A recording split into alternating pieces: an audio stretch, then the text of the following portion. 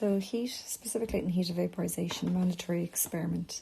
So this was 2010 on higher level, and it was question 2. And we were given an experiment to measure the specific latent heat of vaporisation of water. A student used a copper calorimeter that contained water and a sensitive thermometer. And the water was cooled down below room temperature before adding dry steam to it. And we're given our mass of the copper calorimeter, initial mass of calorimeter and water, mass of dry steam, initial temperature of calorimeter and cooled water, and final temperature of calorimeter and cooled water. And of course, we can see that our mass here is given to us in grams, and that's going to have to be changed to kilograms in our calculations. So first thing we want to do is label off our parts. So we have A, B, C, D, and E. Okay, so that way we know we haven't missed anything as we're going through the questions, and we're also clearly identifying to the examiner what part of the question we are answering. So the first part of the question says, how was the water cooled below room temperature? So again, what we can say is we pre-cooled the water in the fridge.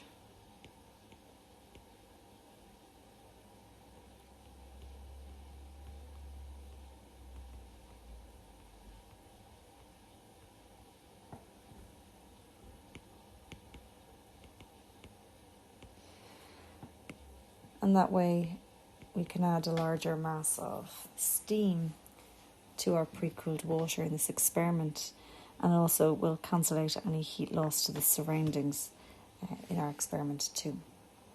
Now often people will say, well, we crushed the ice and we added some ice to it, and again there was 3 marks taken away that year for inappropriate use of ice, so caused a bit of questioning at our meetings when we were discussing what was the inappropriate use of ice. And I suppose if you're adding crushed ice to it, you might end up with a temperature too low.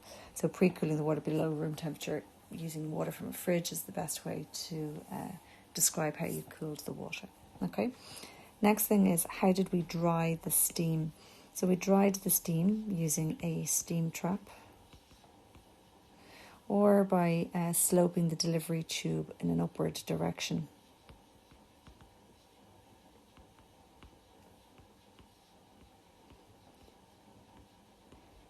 Or even insulate the delivery tube. And again, this stops any condensed steam entering the water. And again, they're only really looking for one answer there. And again, it was 6 marks for each of those. Okay, so I've given you 3 different options there. So in C then it says, describe how the mass of the steam was determined. So again, if we're looking here, we have mass of copper calorimeter, and we have initial mass of calorimeter and water, and then mass of the dry steam. So how are we actually working out what that value of the mass of the steam was? Because you can't put steam on weighing scales. So basically our mass of our steam is found by getting the mass of the calorimeter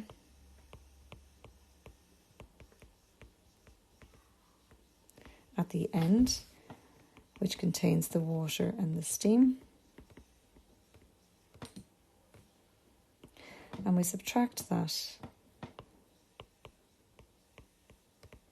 the mass of the calorimeter and the water.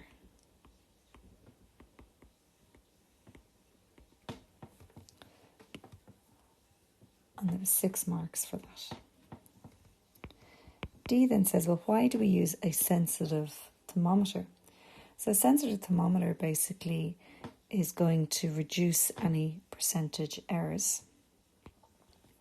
So it gives greater accuracy.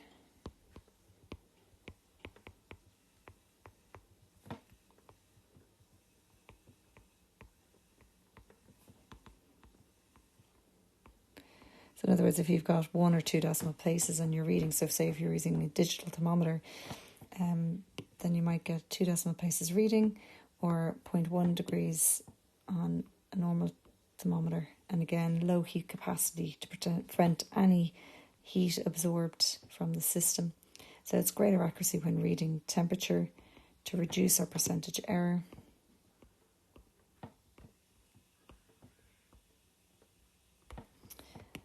And again, that was 6 marks.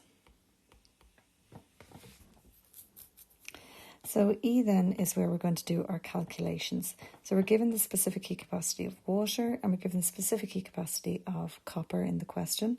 And then we're going to have to work out our masses of our water and making sure that each of those masses are in kilograms. So we're going to start with that before we set up the question, right? So we have the mass of the copper calorimeter is 34.6 grams. So if I divide that by 1,000,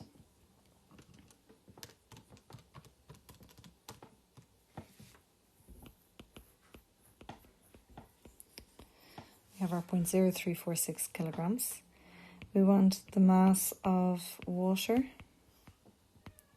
So the mass of our water is going to be the mass of the calorimeter and the water, which is 96.4, minus the mass of the calorimeter, 34.6. So 96.4 minus 34.6 gives us a value of 61.8, but that's again in grams. So we'll divide that by 1,000, which gives us 0.0618 kilograms. We have our mass of steam, and our mass of steam, we're told, is 1.2 grams. So again, if we take 1.2 and we divide that by 1,000, we have 0.0012 of a kilogram. So we then have the temperature change. So we're going to look at delta theta, and that's for the copper calorimeter, which is also for water. And we can see that the temperature of the water starts at 8.2 and ends up at 20.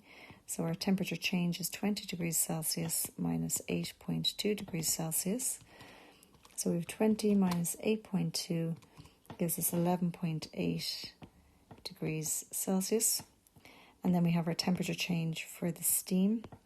Well, steam starts at 100 degrees Celsius and the final temperature is 20, which means our temperature change for the steam is going to be 80 degrees Celsius. Okay, so let's use all of these values now to work out our specific latent heat of vaporization of water. So what is basically happening? Well, the steam is going to lose heat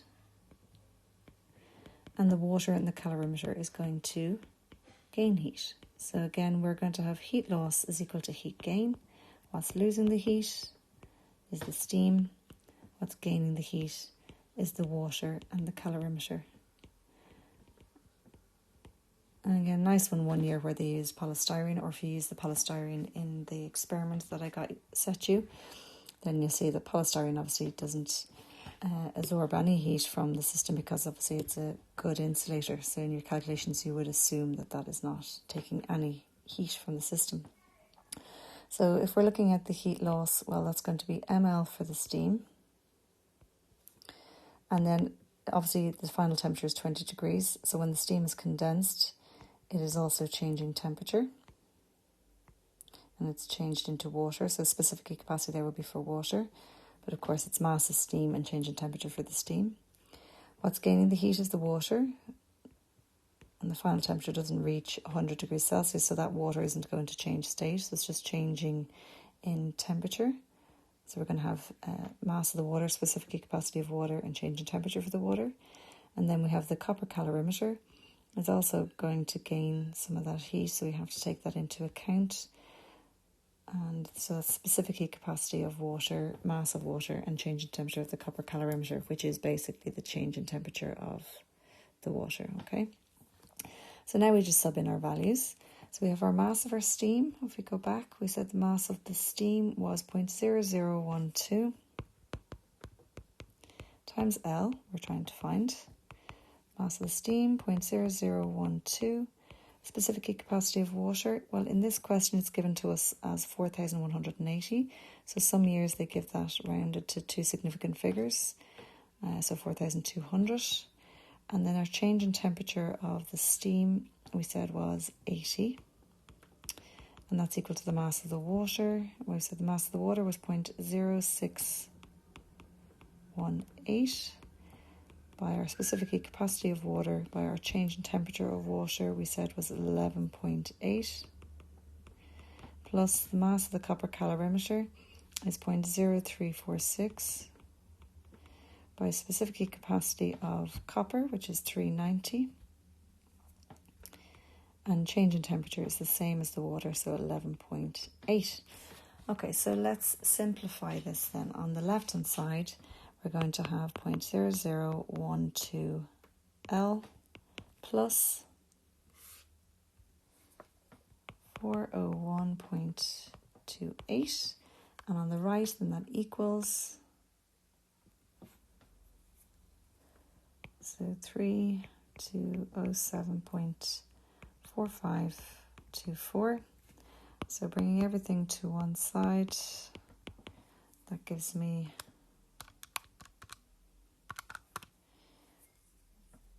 2,806.1724. And if I divide across them by 0.0012, we end up with 2,338,477, and that's joules per kilogram. Or more often we tend to say it's 2.34 by 10 to the power of 6 joules per kilogram. Okay, so what are we getting our marks for? Well, if we get the mass of our steam and the mass of our water, we're getting 3 marks. If we're getting our change in temperature of the steam and the change in temperature of the water, we're also getting 3 marks. And then if we set up our equation correctly, we were getting 4 marks. And if we then are subbing in our values and simplifying down, we were getting 3 marks. And for every incorrect substitution, you were losing a mark. So that's for every incorrect substitution, okay? So it's not just if you made 2 or 3, you just lose 1. You lose 1 mark for each incorrect substitution here. And then we get 3 marks at the end. So basically we had 16 marks in total for that calculation.